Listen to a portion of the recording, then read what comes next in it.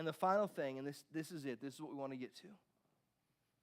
If we say, and this isn't just Ridge Point Church, but I'm saying the church in general in our world, if I could give a word right now to the Beth Morris who feel like, man, I've been hurt, I've been torn down because of the stuff that I've dealt with in my life.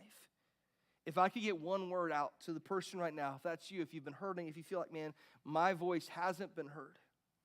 If we say we want the church to advance, and we disallow more than half of its people from being invited to the leadership table, then we're lying.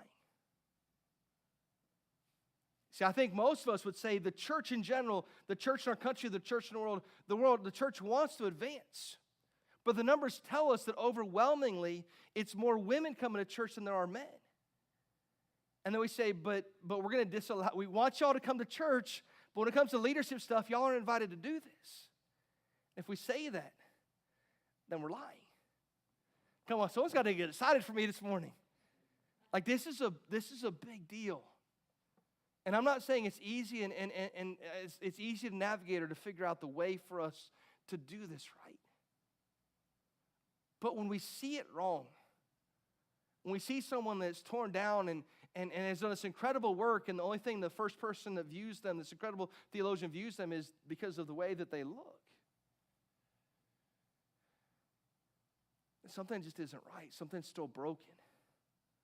And this is a problem right now that is happening in the culture that's out there.